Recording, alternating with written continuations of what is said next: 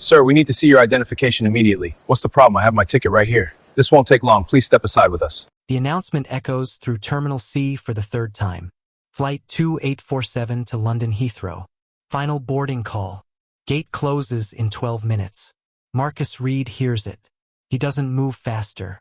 He stands exactly where he's been standing for the last 4 minutes. Hands visible at his sides. Boarding pass and passport extended toward the TSA officer who hasn't looked at either document since taking them from his hand. The security checkpoint hums with the usual chaos. Shoes tumbling into gray bins. Laptops pulled from bags. A woman arguing about her water bottle. Everyone moving, flowing, rushing toward their gates. Everyone except Marcus. Officer Chun holds the passport at arm's length, tilting it toward the fluorescent lights. He's young, maybe 26, with the kind of rigid posture that comes from someone still proving they belong in the uniform. His partner, Officer Morrison, stands 3 feet back, hand resting on his radio. Neither man has said anything in 90 seconds. Marcus knows this silence. He's felt it before in department stores, in hotel lobbies, in the lobby of his own apartment building when he forgot his key. It's the silence of people trying to find a reason that matches what they're already feeling. A businessman in a gray suit shifts his laptop bin impatiently behind Marcus, checking his watch. The line behind the checkpoint is backing up. 7 people now. 9. All of them waiting because Marcus is waiting. Chun finally lowers the passport and looks at Marcus directly for the first time. His eyes move from Marcus's face to the passport photo and back again. "This you?" Chun asks. "Yes, sir," Marcus says. His voice is even patient. "You sure?" "Yes, sir." Chun flips through the passport pages slowly, studying stamps from Frankfurt, Tokyo, Dubai, Johannesburg.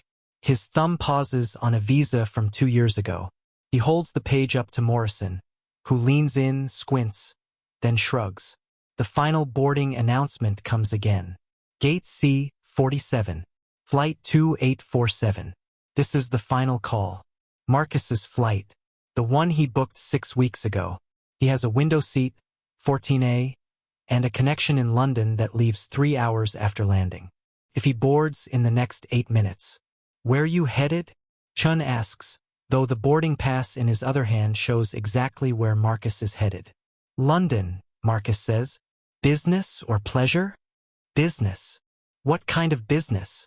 Marcus hesitates, not because he doesn't know the answer, but because he knows how it will sound. "I'm a keynote speaker. Technology conference." Chen's eyebrow rises slightly. Morrison shifts his weight, hand still on the radio. "Speaker," Chun repeats. "Yes, sir." "Speaking about what?" "Artificial intelligence. Machine learning applications in healthcare systems." The businessman behind Marcus sighs loud enough to be heard over the conveyor belt noise. Someone farther back in line asks what's taking so long. Chun holds the passport up to the light again, examining the holographic elements, the watermarks. Everything about the document is legitimate. But Chun keeps looking. "This passport looks new," Chun says. "Renewed it 8 months ago," Marcus replies. "You travel a lot?" "For work, yes." Chun flips back through the stamps, counting them silently. The math adds up. The timeline makes sense. But he's still holding the documents. Morrison finally speaks. "Everything okay here?" Chun doesn't answer immediately. He looks at Marcus again, a long searching look. Marcus doesn't adjust his glasses. He doesn't move his hands. He knows better. "Yeah," Chun says slowly. "Just doing a thorough check." "Flight's boarding," Morrison says. "I know," Chun says, but he doesn't hand the documents back. Instead, he turns and walks to a desk behind the checkpoint, passport and boarding pass still in hand. He picks up a phone. Marcus watches this happen with the same patient stillness he's maintained since this started. He doesn't ask what's wrong. He doesn't demand his documents back. He simply stands there, breathing steadily. The woman in scrubs makes a frustrated sound and moves to a different security line. The businessman follows her. Within 2 minutes, Marcus stands alone in the lane. Chun talks on the phone for 90 seconds. Marcus can't hear what he's saying, but he watches Chen's body language. the stiff shoulders, the defensive posture. For minutes until the gate closes, Marcus thinks about the conference in London, the ballroom that seats 800 people, the presentation he spent 2 months preparing, his name printed in the program, the panel discussion scheduled for tomorrow morning at 9. Chun finally returns, but he's not alone. A supervisor walks beside him, a woman in her 50s with gray hair pulled back severely and a name tag that reads Martinez. She takes the passport from Chun and examines it herself. "Mr. Reed," she says. "It's the first time anyone has used his name." "Yes, ma'am. We need to ask you some additional questions." "Of course. Step to the side, please." Marcus picks up his messenger bag and moves to where Martinez indicates. Morrison follows, his hand still on that radio. The departure board updates. Flight 2847 changes from final call to gate closing. Marcus watches it happen. He says nothing. Martinez sets Marcus's passport on the desk between them but doesn't release it. Her fingers rest on the edge of the document like she's anchoring it to the surface, keeping it from floating back to its rightful owner. Chun stands to her left, arms crossed. Morrison has moved closer, positioning himself at an angle where he can see both Marcus and the main flow of passengers through the checkpoint. "Mr. Reed," Martinez begins, her tone professional but cool. "Can you tell me the purpose of your trip to London?"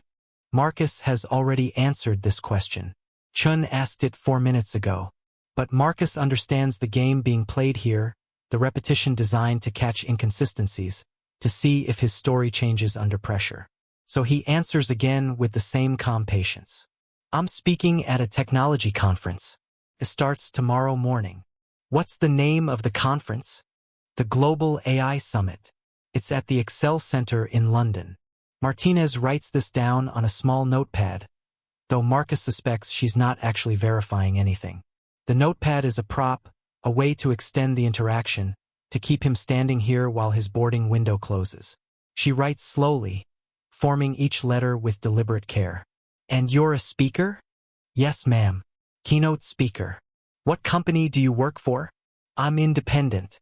I consult for several companies, but I'm not employed by any single organization." This answer makes Martinez pause. Her pen hovers over the notepad. Chun uncrosses his arms and recrosses them the other way. Marcus sees the shift in their posture, the way independent immediately registers as less legitimate than employed, as if not having a single corporate master makes him more suspicious rather than more accomplished. "So you're self-employed," Martinez says, and there's something in the way she says self-employed that makes it sound like unemployed. "Yes, ma'am. I run my own consulting firm." "What's it called?" "Reed Analytics." "And how long have you been doing this?" 6 years. Martinez writes this down too, still taking her time. Behind them, the checkpoint continues its normal rhythm. A family of 4 passes through without incident. A pilot and flight attendant flash their credentials and walk through the crew lane. A young woman sets off the metal detector and has to remove her belt. Ordinary airport security theater, except for this small pocket of stillness where Marcus stands answering questions he shouldn't have to answer. The departure board hasn't updated again, but Marcus knows what's happening at gate C47 right now. The gate agents are making their final checks. They're counting passengers, scanning boarding passes one last time, radioing the flight deck that the door is about to close. There's a protocol, a timeline that airlines follow with mechanical precision. In 3 minutes, maybe less, that door will seal. The jetway will retract. The plane will push back from the gate. "Do you have documentation about this conference?" Martinez asks. Marcus considers this question. Documentation. He has his boarding pass, which shows he has a legitimate ticket. He has his passport, which proves his identity. But she wants something else. Some additional proof that the story he's telling matches reality. "I have emails on my phone," Marcus says, gesturing toward the gray bin that still sits on the other side of the metal detector, 15 feet away. "From the conference organizers. My speaking schedule. Hotel confirmations." Martinez exchanges a glance with Chun. Something passes between them, a wordless communication that Marcus can't quite read. "We'll need to see those," Martinez says. My phone is in the bin. On the other side. Morrison, can you retrieve Mr. Reed's belongings? Morrison walks to the bin and brings it back. Marcus's phone sits on top, screen dark. Beneath it are his wallet, his belt, his keys, the small items that he emptied from his pockets before entering the checkpoint. Morrison sets the bin on the desk next to the passport. Go ahead, Martinez says. Marcus picks up his phone. It's dead. The battery gave out somewhere during his 2-hour wait at the departure gate before boarding was called. He'd meant to charge it, had even walked past 3 charging stations, but he'd been reviewing his presentation slides one more time, making small adjustments to the timing, the pacing. Now the black screen stares back at him, useless. It's dead, Marcus says. Chun makes a sound, half sigh, half laugh, like this is exactly what he expected. Like a dead phone is proof of deception rather than just the ordinary technological failure that happens to millions of people every day. The battery died. Marcus continues, keeping his voice level. But I can show you the conference website. On any computer. My name is listed as a keynote speaker. We're not supposed to let passengers use our computers, Chun says quickly. Martinez holds up a hand, silencing Chun. She's thinking, weighing options, trying to decide how far to push this. Marcus can see the calculation happening behind her eyes. Every security officer has a certain amount of discretion, a certain amount of power to delay, to question, to dig deeper. But they also have supervisors, policies, liability concerns. They exist in a system that demands both vigilance and justification. What time does your flight leave? Martinez asks, though she can see the departure board as clearly as Marcus can. It's boarding now, Marcus says. Or it was. I think the gate is probably closed. We can call the gate, Morrison offers. Have them hold the door. Chun shakes his head. We can't do that until we finish the screening. How long is the screening going to take? Marcus asks. It's the first question he's posed. The first time he's pushed back even slightly against the process unfolding around him. Martinez doesn't answer directly. Instead, she picks up Marcus's passport again and opens it to the photo page. She studies his face, then the photo, then his face again. Marcus knows what she sees. A black man in his late 30s, clean-shaven, glasses, short natural hair.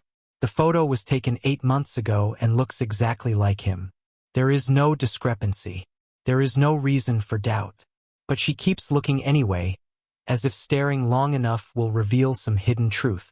Mr. Reed, have you ever been detained by security before? No, ma'am. Never. Never. Have you ever missed a flight due to security screening? No, ma'am. Have you ever had any issues with customs or immigration in any country? No, ma'am. The questions come faster now, a rhythm building. Martinez is establishing a baseline, creating a record. Chun pulls out his own notepad and starts writing. Morrison shifts his weight from one foot to the other, hands still near that radio, still ready for something that exists only in imagination. Are you traveling alone? Yes, ma'am. Do you know anyone in London? Just the conference organizers. We've corresponded by email. You've never met them in person? No, ma'am. But they invited you to speak? Yes, ma'am. How did that happen? Marcus takes a breath. This is the part that always requires explanation, the part that never quite makes sense to people who don't understand how his industry works. How reputation travels through networks, how expertise gets recognized and rewarded, how someone can build a career on knowledge and presentation skills rather than a corner office and a corporate badge. I published research last year, Marcus says, on using machine learning to predict patient outcomes in emergency departments. It got attention in the healthcare tech community. The conference organizers reached out and asked if I'd be interested in presenting an expanded version of the research. Where was this research published? The Journal of Healthcare Analytics. And I presented an early version at a conference in Singapore 8 months ago. Martinez writes this down. Chun writes it down. 2 notepads capturing the same information, creating redundancy, building a file that will justify whatever decision they've already made. A voice crackles over Morrison's radio. He steps away to respond, speaking in low tones that Marcus can't quite hear. When he returns, his expression has changed slightly. More serious. More alert. Gates closed, Morrison says. Flight pushed back 2 minutes ago. Marcus feels something sink in his chest. A weight dropping through his body like a stone through water. He knew it was coming. He watched the clock tick down. But hearing it confirmed, knowing that the plane is no longer at the gate, that his seat is empty or given away, that 800 people in London are expecting him tomorrow morning and he won't be there, it hits differently than anticipation. There's another flight, Martinez says, not unkindly. Later tonight. We can help you rebook once we finish here. That flight gets in too late, Marcus says quietly. I'll miss the morning session. I'm supposed to open the conference. I'm sorry about that, Martinez says, and she might actually mean it, but we have to complete our screening process. I'm sure you understand. Marcus does understand. He understands perfectly.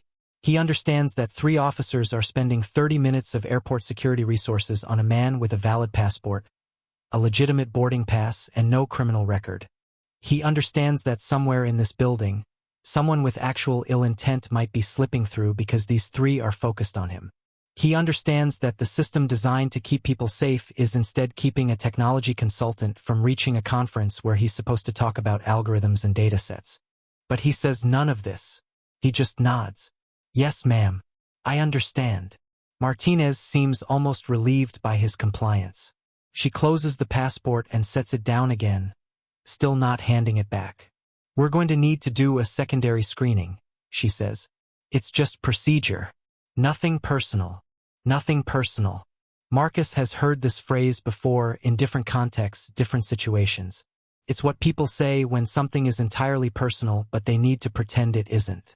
When they need to believe that systems and procedures are neutral, that they treat everyone equally, that the color of skin or the texture of hair or the names that sound foreign have nothing to do with who gets waved through and who gets pulled aside. Of course, Marcus says, because what else is there to say? Chun moves to retrieve a handheld metal detector. Morrison adjusts his position again. Martinez picks up the desk phone. And Marcus stands there, hands at his sides, messenger bag at his feet, while around him the airport continues its endless dance of departure and arrival. And somewhere over the Atlantic, a plane carries an empty seat toward London. The secondary screening room is smaller than Marcus expected. No windows, for chairs bolted to the floor. A metal table. Fluorescent lights that hum with a frequency just high enough to notice. Marcus pays attention to everything now. The scuff marks on the linoleum. The camera mounted in the corner with its blinking red light. The way Morrison positions himself near the door while Chun sets Marcus's belongings on the table. Martinez enters last, carrying a clipboard. She closes the door behind her with a soft click that sounds louder than it should in the confined space. Have a seat, Mr. Reed, she says, gesturing to one of the chairs. Marcus sits. The metal is cold through his khakis. Chun remains standing, the handheld metal detector in his grip. Morrison leans against the wall by the door, arms crossed now, the radio silent on his hip. We're going to do a complete secondary screening, Martinez explains, reading from a script she's probably recited 1,000 times. This includes a physical pat-down, inspection of your carry-on items, and some additional questions. Do you consent to this screening? It's phrased as a question, but they all know it isn't really. Refusing means missing not just this flight but potentially all flights. Refusing means escalation, more officers, more rooms, more questions. Yes, ma'am, Marcus says. I consent. Martinez makes a note on her clipboard. Chun steps forward with the metal detector. Stand up, please. Arms out to the sides. Marcus stands. He extends his arms, forming a T with his body. Chun moves the detector over him in slow passes, starting at his head and working downward. The device remains silent. No beeps, no alerts, just the soft whisper of it moving through air, searching for threats that don't exist. Turn around. Marcus turns. Chun repeats the process on his back, his legs, around his ankles. Still nothing. Chun sets the detector on the table and nods to Morrison. Pat down, Chun says. Morrison pushes off from the wall. He's bigger than Chun, broader in the shoulders. He snaps on a pair of blue nitrile gloves with practiced efficiency. I'm going to conduct a standard pat-down, Morrison says, his voice flat, procedural. I'll be using the backs of my hands in sensitive areas. If you feel any discomfort, let me know. Do you have anything in your pockets that might poke or stick me? No, Marcus says. I emptied everything into the bin. Morrison begins. His hands move over Marcus's shoulders, down his arms, around his waist. Professional, thorough, impersonal. Marcus stares at the wall above Martinez's head and breathes steadily through his nose. There's something fundamentally degrading about standing still while a stranger's hands move over your body, searching for danger in the shape of your clothes. Morrison moves to Marcus's legs, running his hands down the outside of each thigh, then the inside, then around each ankle. He checks Marcus's shoes, his socks. He stands and steps back, pulling off the gloves with 2 quick snaps. Clear, Morrison says. Martinez makes another note. Chun picks up Marcus's messenger bag from the table and unzips it. What's in here? Chun asks. Laptop, tablet, chargers, a book, some papers. Chun pulls out the laptop, a sleek silver MacBook Pro. He opens it and presses the power button. The screen illuminates with the startup chime. Chun waits for it to boot, then looks at Marcus. Password. Marcus recites it. Chun types it in wrong. Tries again. The laptop unlocks. What's on here? Chun asks, clicking through folders. Work files. Presentations. Research papers. Conference materials. Chun opens a folder labeled AI Summit London. Inside are dozens of files. PowerPoint presentations. PDF documents. Spreadsheets full of data. He clicks on one of the PowerPoints at random. Slides fill the screen. Marcus Reed, independent consultant. Machine learning in healthcare. Graphs and charts and bullet points explaining algorithms and datasets. Chun scrolls through the entire presentation, 37 slides, taking his time. Marcus watches him absorb information he almost certainly doesn't understand. When Chun reaches the final slide, he closes the presentation and opens another one. Then another. He's not looking for anything specific now. He's just looking, exercising the power he has to make Marcus wait. This is really what you do? Chun asks, his tone suggesting he still doesn't quite believe it. Yes, Marcus says simply. Chun closes the laptop and sets it aside. He pulls out the tablet next, but it's also dead. He sets it on the table with a small shake of his head. The chargers come out next, tangled together. Paperback book. A folder of papers that Chun flips through, technical articles printed from academic journals. At the bottom of the bag, Chun finds Marcus's conference invitation. It's printed on heavy cardstock, embossed with the conference logo.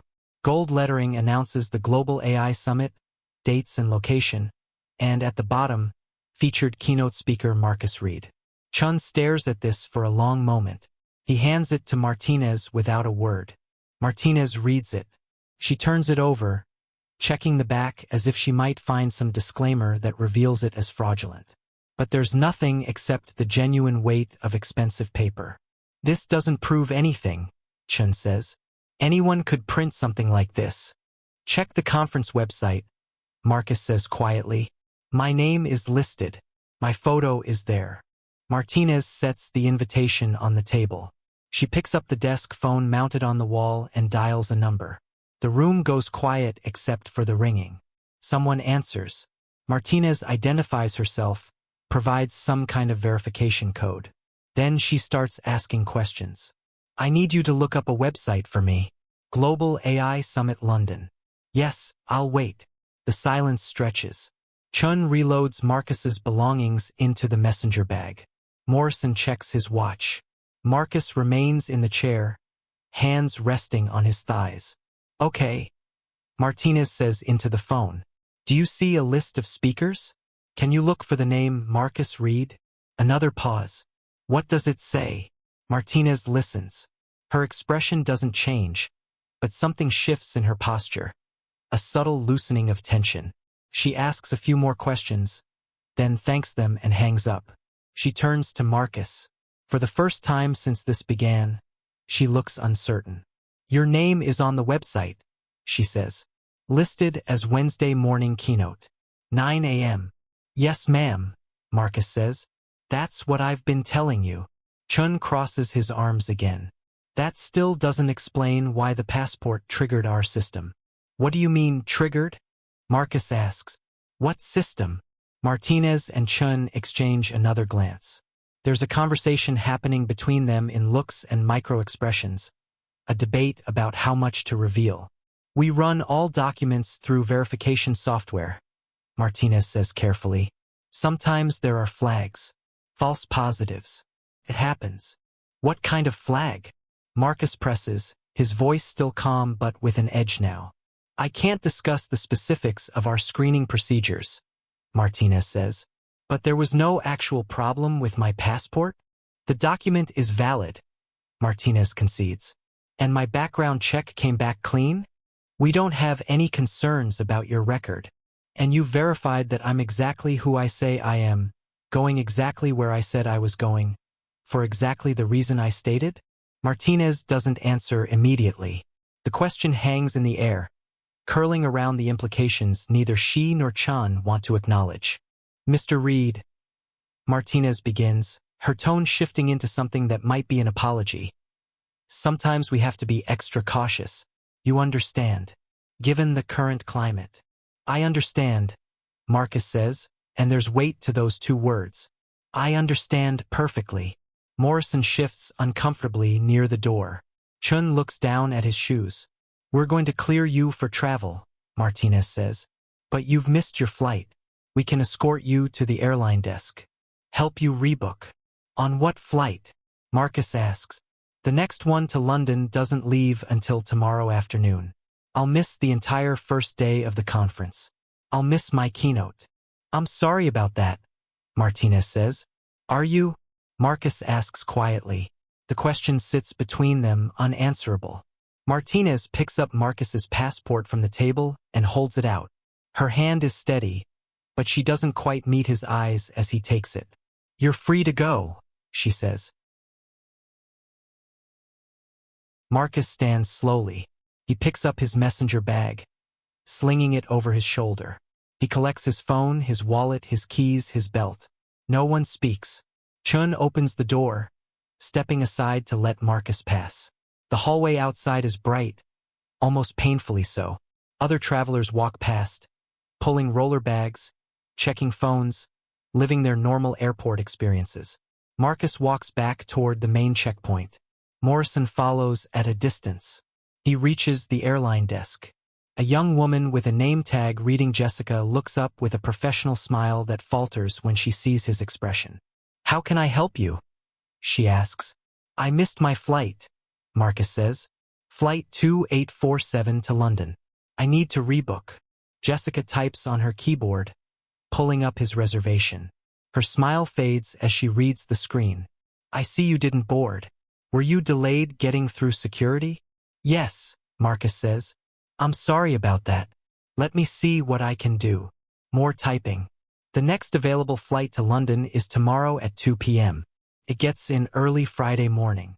That's too late, Marcus says. I need to be there Thursday morning at the latest. I understand, but that's the next available seat on our airline. She pauses, thinking. There's one option. We have a flight leaving in 2 hours to Frankfurt. From there, you could connect to London. You'd arrive Thursday morning, around 8 a.m. Marcus does the mental math. 8 a.m. Thursday. The conference starts at 9. 1 hour to get from Heathrow to the venue. It's impossibly close, but it's his only option. Book it, Marcus says. That'll be an $800 change fee plus the fare difference. Total comes to $1,240. Marcus feels that number like a physical blow. But what choice does he have? Put it on this card, Marcus says, sliding his credit card across the counter. Jessica processes the transaction. She prints new boarding passes for the multiple segments. You'll board in 90 minutes, Jessica says. Gate B22. And Mr. Reed? I really am sorry about the delay. Marcus takes the boarding passes and nods, then turns away from the counter. Marcus finds a seat near gate B22 and drops into it with a heaviness that's not entirely physical. His phone is still dead. He finds a charging station and plugs it in, watching the battery icon appear on the screen, empty and red. While the phone charges, he sits in the uncomfortable airport chair and stares at nothing in particular. The gate area is quiet at this hour, just a handful of other passengers scattered across the rows of seats. A woman in business attire types furiously on her laptop. Two college students sleep slumped against each other, backpacks at their feet. An elderly man reads a newspaper, the pages rustling softly each time he turns one. Normal people doing normal things. Nobody watching them. Nobody questioning them. Nobody making them prove they have a right to be here. Marcus pulls out his laptop. The conference presentation is still loaded from when Chun was clicking through it. He opens it again, scrolling through slides he's reviewed 100 times. The research is solid. The data is clean. The conclusions are defensible. Tomorrow morning, he's supposed to stand in front of 800 people and talk about using artificial intelligence to save lives. Instead, he sat in a windowless room while 3 people searched for a reason to justify their suspicions. His phone vibrates to life as the battery crosses 5%. Notifications flood the screen. Emails from the conference organizers. A text from his sister asking if he landed safely. Messages from colleagues wishing him luck with the presentation. All of them sent while he was detained, while his flight pushed back from the gate. He should respond to the messages. He should let people know about the delay. But his fingers hover over the keyboard, and he can't quite make himself start typing. Because what would he say? How would he explain what happened without sounding bitter or like he's making excuses? Excuse me. Marcus looks up. An older black man stands beside his seat, wearing a pilot's uniform with 4 stripes on the shoulders. Captain. The man's hair is silver at the temples, his face lined with experience. He's holding a coffee cup and looking at Marcus with an expression that suggests he's seen something familiar. I saw what happened back there, the pilot says quietly. At security. I was in line behind you. Marcus doesn't know what to say, so he says nothing. I'm Captain Williams, the man continues. I've been flying for 32 years, and I want you to know that what they did to you wasn't random. It wasn't procedure. He pauses. It was wrong. Something in Marcus's chest loosens slightly, some tight knot he didn't realize he'd been holding. They made me miss my flight, Marcus says, and hearing himself say it out loud makes it real in a way it wasn't before. I know, Captain Williams says. I saw your face when that announcement came through. Where were you headed? London. I'm supposed to give a speech at a conference. Tomorrow morning. Well, this morning now. Captain Williams nods slowly. Did they rebook you? Frankfurt connection. Gets in Thursday morning. Right before my speech. If everything goes perfectly. And we know things don't always go perfectly, Captain Williams says with a rueful smile. He sits down in the seat next to Marcus without asking permission. You want to know something? I still get pulled aside sometimes. Not as much as I used to, not since I started wearing my uniform everywhere in the airport. But it still happens. Last month in Atlanta. Random screening, they said. He shakes his head. 32 years. Thousands of flights. Perfect record. And they still look at me and see someone who needs extra scrutiny. How do you deal with it? Marcus asks. Captain Williams takes a sip of his coffee, considering the question. Honestly, some days better than others. Some days I can let it roll off, chalk it up to the system being broken in ways that aren't personal even though they feel personal.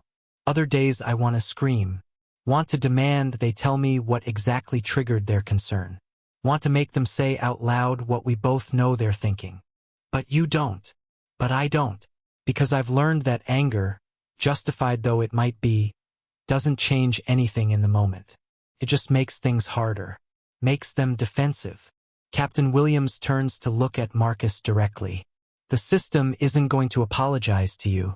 Those officers aren't going to admit they were wrong.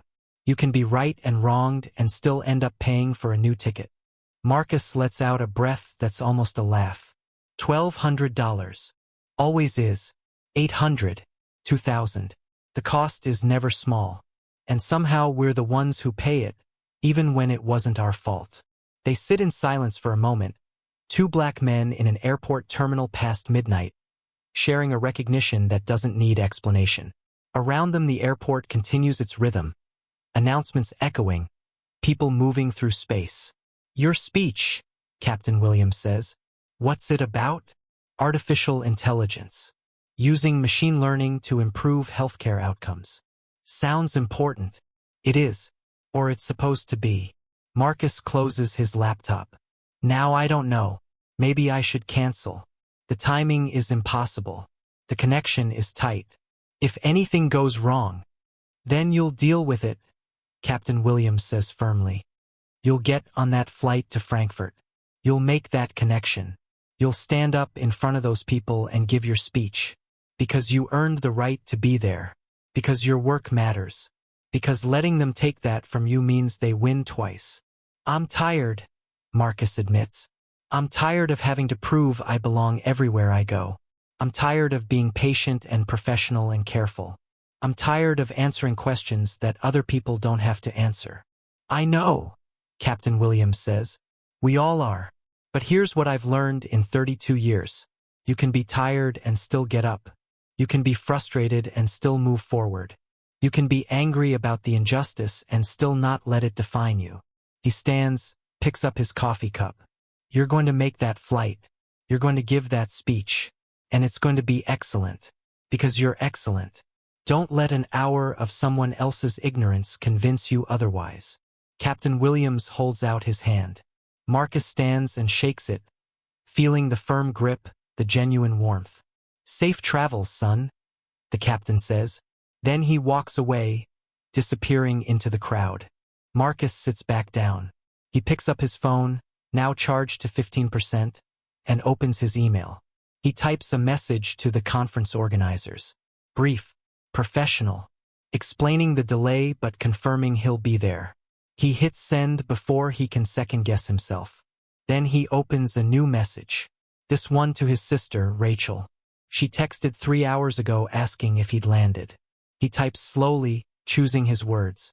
Didn't make the original flight. Long story. Catching a connection through Frankfurt. Will explain later. Love you. He sends it, then leans back in the chair and closes his eyes. The exhaustion is catching up now, settling into his bones. He hasn't slept in 18 hours. He won't sleep on the flight to Frankfurt either, he knows. Too much anxiety about making the connection. Too much replaying the last hour in his mind, thinking of things he could have said, should have said, knowing that none of it would have made a difference. His phone buzzes. Rachel's reply comes through instantly. What happened? Are you okay? Marcus stares at the message. 3 dots appear, disappear, appear again. Rachel is typing something else. The dots dance on his screen while he tries to figure out how to answer a question that doesn't have a simple answer. Another message arrives. Security. Just one word. She knows. Of course she knows. Rachel is 2 years younger than Marcus, works as an attorney in Chicago, travels almost as much as he does. She's lived versions of this story herself. Different details, same theme. Yeah, Marcus types back. Missed my flight because of secondary screening. Rebooking cost a fortune. I'm fine though. Just tired. The 3 dots again. Then, I'm sorry. That's garbage. Want me to call you? Marcus checks the time. It's past 1 in the morning now, which means it's past 2 in Chicago. Rachel has court in the morning. She mentioned it last week when they talked, some big motion hearing she'd been preparing for. No, don't. You need sleep. Court tomorrow. We'll talk after I land. You sure? I'm sure. Go to bed. Love you. Love you too. Knock them dead at that conference. Marcus puts his phone down. Around him, the gate area is starting to fill up. More passengers arriving for the Frankfurt flight, settling into seats, checking their tickets, buying coffee from the nearby kiosk. A family with 2 small children struggles with a stroller. A businessman in a rumpled suit talks loudly on his phone about quarterly projections. A young couple shares earbuds, watching something on a tablet. Marcus watches them all. These people who passed through security without incident, who didn't have to explain their jobs or prove their credentials or stand still while strangers searched their bags and their bodies. He doesn't resent them exactly. It's not their fault. But there's a distance between their experience and his, a gulf that most of them will never have to think about. An announcement echoes through the terminal. Pre-boarding for Flight 1847 to Frankfurt. Passengers requiring assistance and families with small children may now board. The family with the stroller gathers their things and moves toward the gate. One of the children is crying, overtired and cranky. The parents look exhausted. Marcus watches them board, watches the gate agent smile and coo at the children, watches the easy transaction of tickets scanned and passengers welcomed aboard. His phone buzzes again. Another email, this one from David Chun, one of the other speakers at the conference. Marcus has never met David in person, but they've exchanged several emails over the past month, coordinating their presentations, making sure there's no overlap in content. The subject line reads, "Looking forward to tomorrow." Marcus opens it. David's message is enthusiastic, full of exclamation points and excitement about the conference, about meeting in person finally, about the potential impact of their work. He mentions that he's already in London, just checked into the hotel, had dinner with some of the organizers. Everything is set up perfectly. The venue is impressive. The turnout is expected to be huge. Marcus reads the message twice, feeling the contrast between David's smooth journey and his own derailed one. David flew out yesterday, gave himself an extra day to adjust to the time change, to settle in, to prepare. Marcus had planned to arrive tonight, to have a full night's sleep in the hotel before his morning keynote. Instead, he'll arrive with an hour to spare if he's lucky, jet-lagged and exhausted and running on nothing but adrenaline and coffee. He types a reply. "Thanks, David. Running a bit behind schedule, but I'll be there. See you in the morning." He doesn't mention security. Doesn't mention the missed flight or the $1,200 or the secondary screening room. What would be the point? David is white, works for MIT, probably has never been pulled aside for extra questioning in his life. He wouldn't understand. Not really. He'd be sympathetic, sure. He'd say all the right things. But he wouldn't understand. Marcus deletes the reply without sending it. He'll respond later, after he's slept, after he can be professional and enthusiastic and not let any bitterness seep through. Another announcement. Now boarding all zones for Flight 1847 to Frankfurt. Marcus gathers his things. He unplugs his phone, wraps the charging cable, tucks it into his bag. He stands and joins the line forming at the gate. The businessman from earlier is directly in front of him, still on his phone, still talking about projections.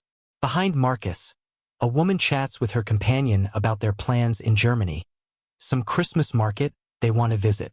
The line moves forward slowly. Marcus reaches the gate agent, a young man with bleached hair and a tired smile. He scans Marcus's boarding pass. "Seat 23A, the agent says. "Have a good flight, Mr. Reed." "Thank you," Marcus says. He walks down the jetway, feeling the subtle vibration of the floor beneath his feet, hearing the distant whine of engines. The flight attendant at the aircraft door greets him with a practiced smile. He finds his seat, a window toward the back. He stows his bag in the overhead bin and settles in, buckling his seatbelt. The plane fills around him. The businessman takes the aisle seat in Marcus's row, still on his phone until the flight attendant asks him to switch it to airplane mode. The woman from the line sits across the aisle with her companion. More passengers stream aboard, filling the middle seats, the back rows, the spaces between strangers who will share this journey for the next 8 hours. Marcus looks out the window at the terminal receding as the plane pushes back. The lights of the airport spread out like a constellation. Somewhere in that building, Chun and Morrison and Martinez are probably screening other passengers, asking other questions, making other people wait while they exercise their authority. The engines spool up. The plane taxis toward the runway. Marcus closes his eyes and takes a breath. He's exhausted. He's frustrated. He's out $1,200. But he's also here, moving. heading toward the destination. The plane reaches the runway. The engines roar. The aircraft accelerates, pressing Marcus back into his seat. He opens his eyes just as the wheels leave the ground, watches the earth fall away beneath him, the lights getting smaller, the airport becoming just one bright spot among many. And then they're climbing, pushing through the darkness toward Europe, toward London, toward a conference where 800 people are expecting him to show up and speak about the future. Marcus settles deeper into his seat. He has 8 hours to Frankfurt, then another 90 minutes to London, then 1 hour to get from the airport to the venue. 10.5 hours between now and the moment he needs to be excellent. He closes his eyes again. Sleep won't come, he knows, but rest might. He lets the drone of the engines wash over him, lets the motion of the aircraft rock him into something close to peace. Tomorrow he'll stand on that stage. Tomorrow he'll give that speech. Tomorrow he'll prove one more time that he belongs exactly where he is. But tonight, right now, in this moment between departure and arrival, he lets himself simply be tired. The taxi pulls up to the Excel Center at 8:47 in the morning London time. Marcus pays the driver, grabs his bag, and steps out onto the pavement.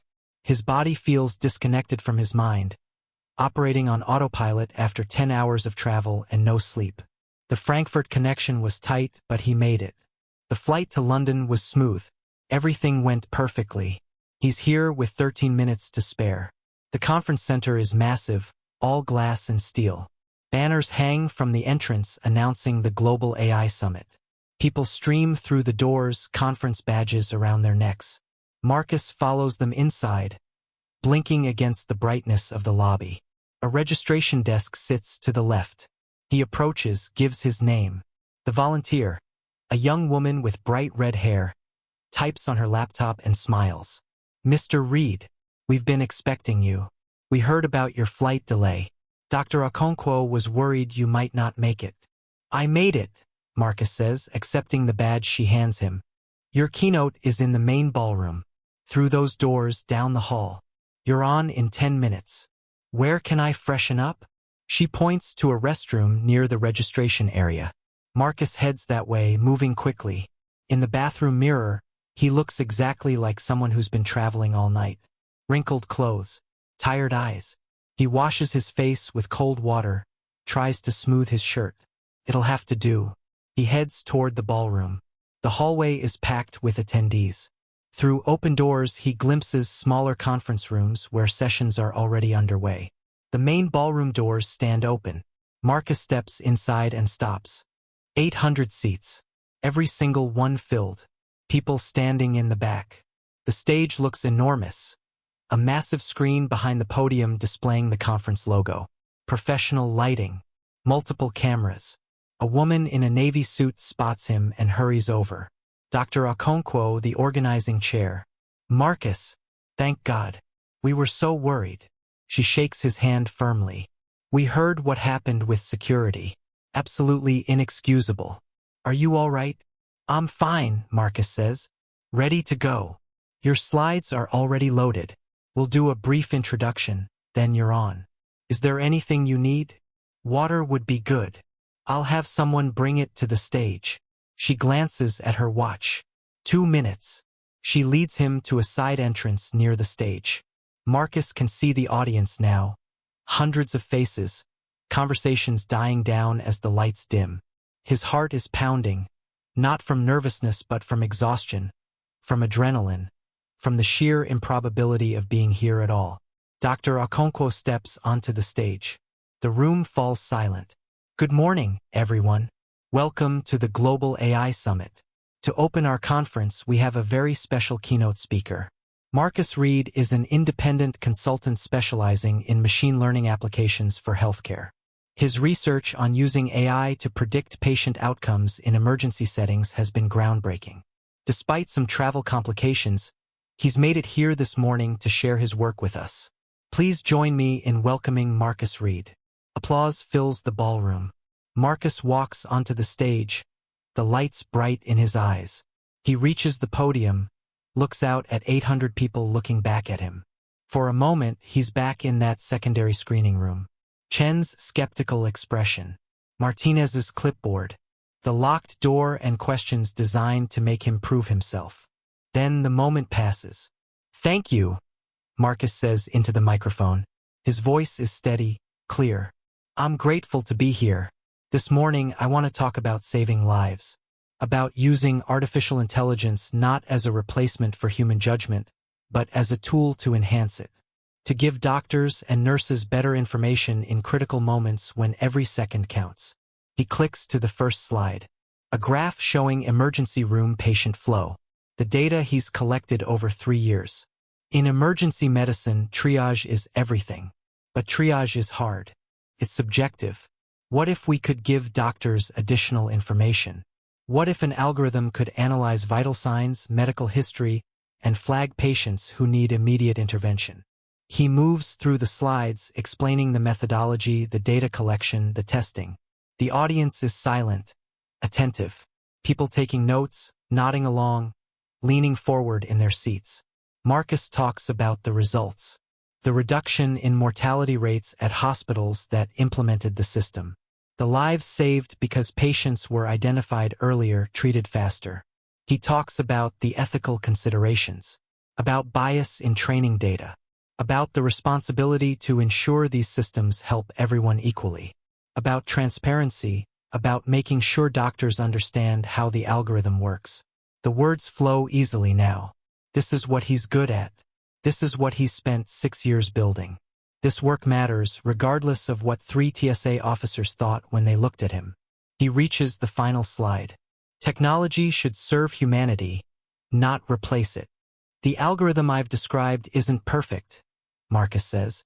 No algorithm is, but it doesn't need to be perfect to be valuable. It just needs to help doctors make better decisions.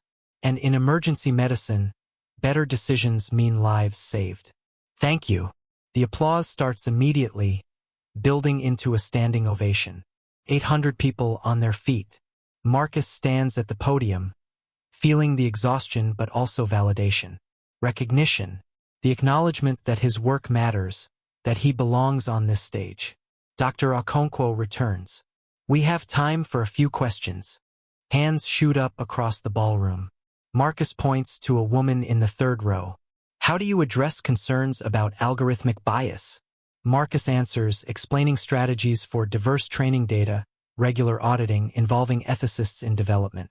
More questions follow. Technical ones about machine learning architecture. Practical ones about implementation costs. He answers each one clearly, drawing on years of research and experience. Finally, Dr. Okonkwo steps in. I'm sorry, we need to move on.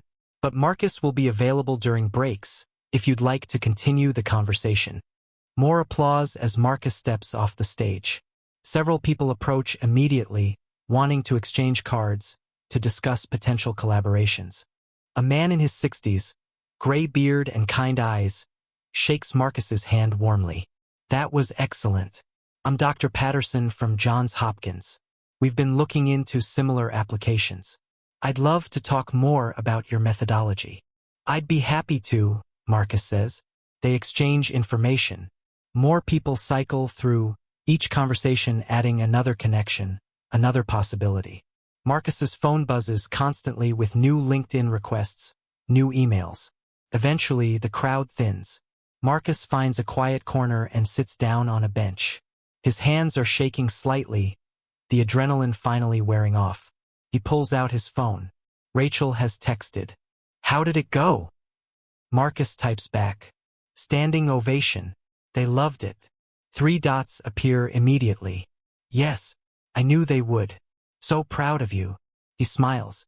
Then he opens his email and composes a complaint to the airline.